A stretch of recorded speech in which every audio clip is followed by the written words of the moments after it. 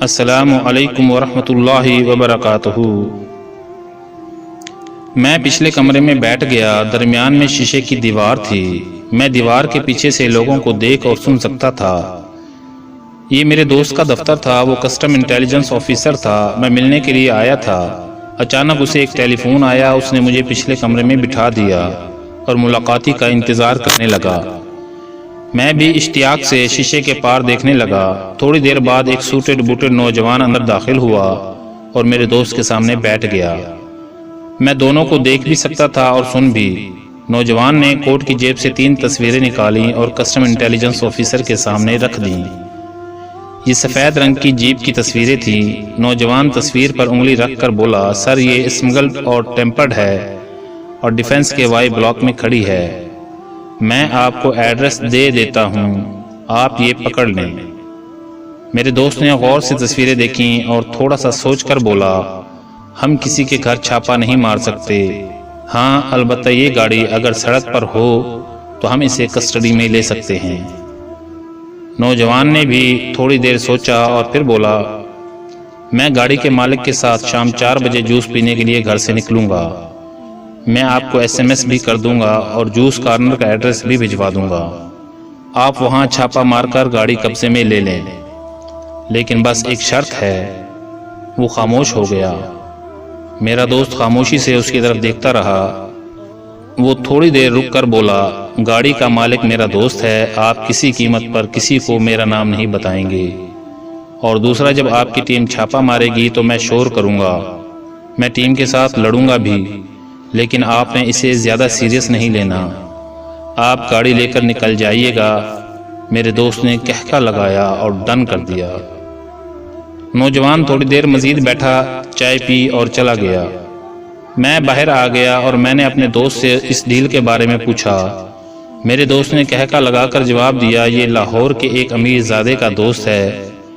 امیر زادے نے non custom paid اسمگلڈ گاڑی خریدی ہے۔ گاڑی کی مالیت 4 کروڑ روپے ہے، اور یہ دوست اپنے عزیز ترین دوست کی مخبری کے لیے ہمارے پاس آیا ہے۔ میں نے پوچھا، اور اب کیا ہوگا؟ میرے دوست نے جواب دیا، یہ اپنے دوست کو جوس پلانے کے لیے باہر لائے گا اور ہم گاڑی اور گاڑی کے مالک کو پکڑ لیں گے۔ میں نے حیرت سے پوچھا، لیکن اس مخبر کو کیا فائدہ ہوگا؟ میرے دوست نے ہنس کر جواب دیا، اس کے حسد کا کلیجہ ٹھنڈا ہو جائے گا۔ یہ امیر زادے کا حاسد دوست ہے۔ دوست کی گاڑی اس سے ہضم نہیں ہو رہی، چنانچہ اسے اس سے محروم بھی دیکھنا چاہتا ہے اور پریشان بھی، اور اس کا یہ جذبہ اسے ہمارے پاس لے آیا ہے۔ یہ تمام باتیں میرے لیے حیران کن تھی۔ میں نے اس سے پوچھا، کیا تمہارے زیادہ مخبر ایسے لوگ ہوتے ہیں؟ میرے دوست نے جواب دیا، ہمارے 98% مخبر یہ لوگ ہوتے ہیں۔ دوست عزیز ترین دوست کی مخبری کرتے ہیں، بھائی بھائی کے خلاف انفارمیشن دیتا ہے، بہو ساس کے بارے میں بتاتی ہے، اور سالہ بہنوئی اور بہنوئی سالے کا مخبر بن جاتا ہے۔ میں خاموشی سے سنتا رہا۔ وہ بولا، ہمارے پاس دوست اور ملازمین زیادہ آتے ہیں۔ دوست پہلے دوست کو اسمگل گاڑی خرید کر دیتے ہیں اور پھر مخبری کر دیتے ہیں۔ یہ دوستوں کو ٹیکس چوری کا طریقہ بھی بتاتے ہیں، اور دوست جب ٹیکس چوری کر لیتے ہیں تو یہ اس کے خلاف مخبر بن جاتے ہیں۔ یہ مخبر لوگ یوں دوستوں کو دوہرا نقصان پہنچاتے ہیں۔ پہلے گاڑی کی خریداری کے ذریعے دوست کو مالی نقصان پہنچاتے ہیں، اور پھر وہ گاڑی پکڑوا کر اسے ذلیل کراتے ہیں۔ ہمارے پاس مختلف کمپنیوں کے ملازمین بھی آتے ہیں۔ یہ ہمیں اپنے مالکان کے خلاف ٹھوس ثبوت دیتے ہیں۔ یہ عموماً پرانے اور اعتباری ملازمین ہوتے ہیں۔ مالکان ان کو مخلص سمجھتے ہیں، لیکن یہ اندر سے مالکان کے خلاف ہوتے ہیں۔ ان کے سینوں میں کینہ، حسد اور بغض بھرا ہوتا ہے، چنانچہ یہ ہمیں مالکان کے خلاف وہ ثبوت بھی دے دیتے ہیں جو مالکان کے پاس بھی نہیں ہوتے۔ وہ خاموش ہو گیا۔ میں نے پوچھا، یہ ملازمین کس کیٹیگری کے ہوتے ہیں؟ وہ بولا، یہ لوگ 2 کیٹیگری کے ہوتے ہیں۔ پہلی کیٹیگری سیلف میڈ لوگوں کے ملازمین پر مشتمل ہوتی ہے۔ یہ لوگ ملازمین کے سامنے ترقی کرتے ہیں۔ ملازمین 20-30 ہزار روپے کے ملازم رہ جاتے ہیں، جبکہ مالک کروڑوں روپے میں پہنچ جاتے ہیں، چنانچہ یہ لوگ مالکان کے حاسد بن جاتے ہیں۔ اور دوسری کیٹیگری میں وہ لوگ شامل ہوتے ہیں جن پر مالکان دوسرے ملازمین کو فوقیت دے دیتے ہیں، مثلا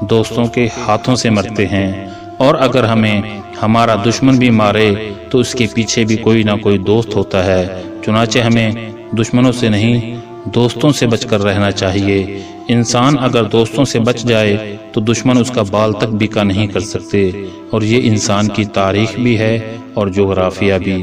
اسی کے ساتھ ہم آج آپ سے اجازت چاہتے ہیں۔ والسلام ورحمۃ اللہ وبرکاتہ۔